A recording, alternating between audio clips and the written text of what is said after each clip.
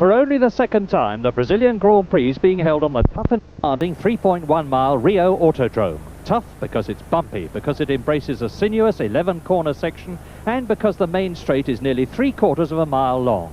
It's wet for the 63-lap race, and in pole position, Brazilian Nelson Piquet, ahead of Carlos Reutemann in the Williams, third Alan Jones in the Williams, fourth Riccardo Patrese in the Arrows, fifth Alain Prost in the Renault, and in sixth place Bruno Giacomelli in the Alfa Romeo. And there's the top place British driver, Nigel Mansell in the Lotus 81 in 13th position. Mario Andretti, the 1978 world champion in a Lotus, today in his second race in an Alfa Romeo, fourth at Long Beach. And there's Gilles Villeneuve in the Turbo Ferrari, in the background René Arnoux, who won last year. So, 63 laps, 197 miles, and the lap records held by Carlos Reutemann from 1978. He's on the right, in the middle, number 5, pole position Nelson Piquet, and it's a good clean start, but in the background, a terrific shunt, and that's Arnoux's Renault off, and several other cars as well, as Reutemann goes into the lead, ahead of Patrese in second place, Jones third, and Nelson Piquet, who has incredibly started on slick, dry weather tyres, in fourth position. And it's Giacomelli now going up to fourth place. Reutemann, Patrese and Chico Serra off. Well, I just noticed there was well, here we've got a replay of the start. Look in the background of the picture and you'll just see that some cars coming into contact. I think it was a Renault. Yes, there goes the Renault bouncing round, and then of course there's a big melee, a few cars flying around, and the field is immediately split up. I was fascinated to see that Nelson Piquet had started this race on slicks. I have to say that seems to me a completely mad decision. Look at the state of the track. There's a lot of water on it.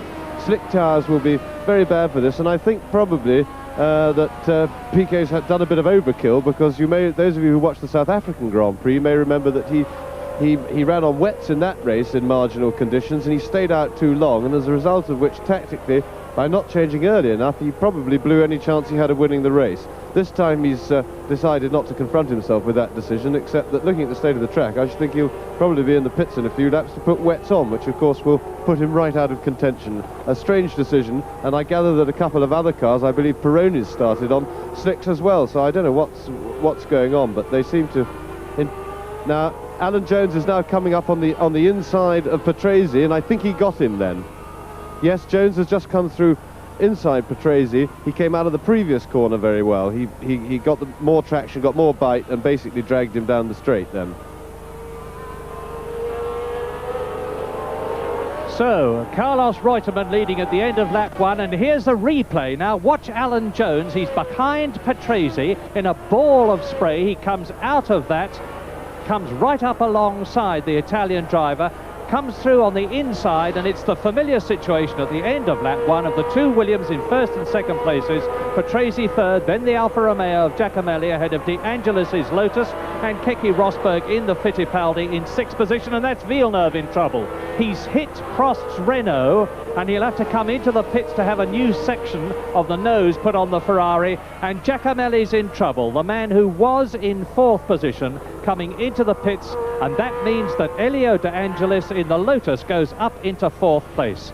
Now, there is Pironi. James just mentioned that Pironi was on slick tyres on the Ferrari, Now we'll see Carlos Reutemann, yes, goes straight past him. Yes, you can see the disadvantage of slicks this early in the race to be lapped. I mean, obviously Pironi, yes, he's keeping off the racing line. So you see the car twitching, fighting for grip there. It's the conditions are quite unsuitable for slicks.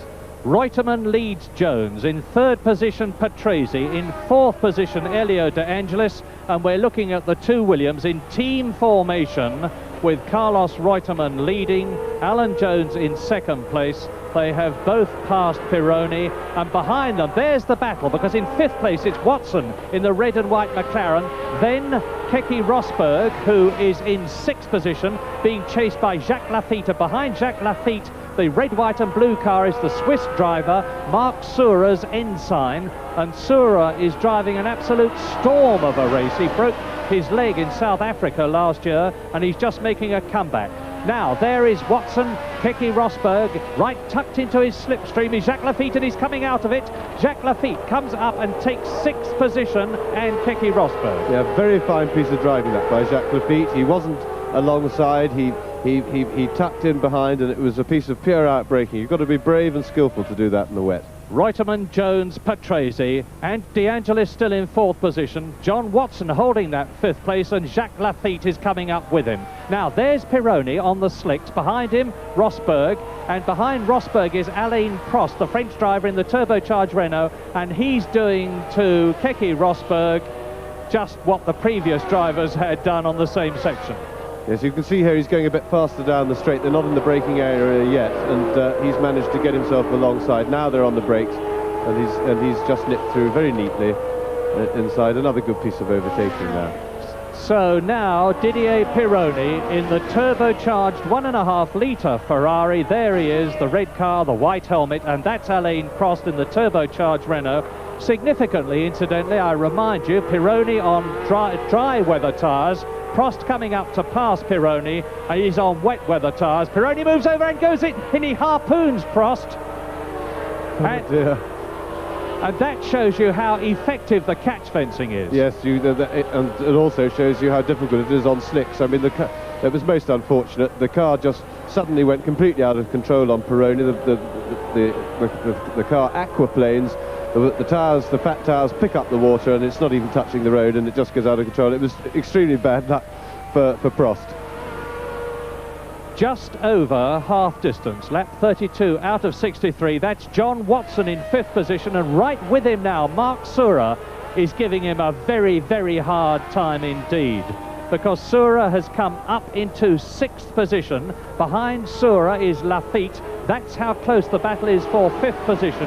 And John Watson is being pressured very, very hard indeed by the Swiss driver. And in the background is Jean-Pierre Jarier in the second Talbot, who's come up to eighth position, all the way from 23rd on the grid. And that's a stirring drive. So, Watson, behind him, Sura.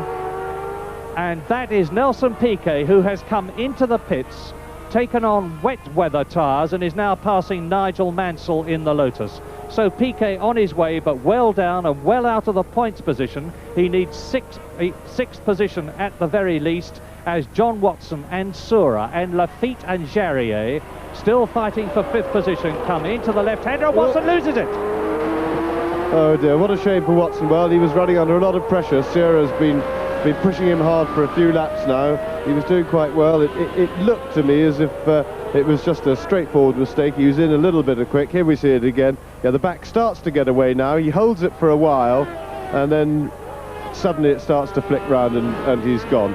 Straightforward spin. Unfortunate little error by Watson, and of course that's he's got going again with no problem, but that's put him away from that group, and he'll have a job catching him again now. Yes, and in the twinkling of an eye, Watson goes down from 5th to 8th, and so now Marc Sura has come up with Laffite right behind him, and he's with the 4th place man, number 11, Elio De Angelis, the Italian in the Lotus 81, and Sura is now going to go for 4th position by chasing Elio De Angelis in the Lotus.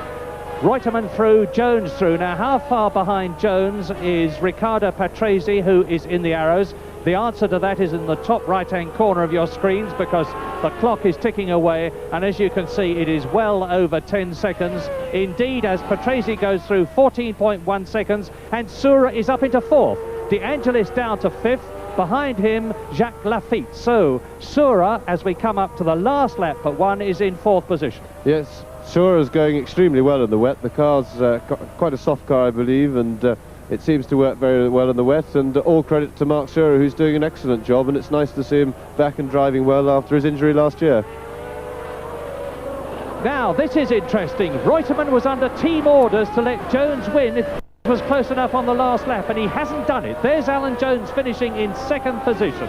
Reutemann wins, Jones 2nd, Patrese 3rd, Sura in the ensign 4th. Then the last 2 point scorers, Elio De Angelis and Jacques Laffite, and Jones will undoubtedly be very unhappy about that. Yeah, well, of course, they cut the race by 1 lap because 2 hours was up. They have a 2-hour limit or 200 miles, whichever is the shorter, and because it was wet, it ran over the 2 hours, so they stopped the race then. So Reutemann does have an excuse. And Reutemann, not looking all that happy alongside Riccardo Patrese, has won the Brazilian Grand Prix, and no Alan Jones. And Jones said rather pointedly after that race, I now know I've got to go out and beat Carlos as well. There's your check on the current position in the World Drivers' Championship, with the 2 Williams men, Jones and Reutemann, sharing the lead well ahead of everybody else. The next race for the Formula One Championship is the Argentina Grand Prix,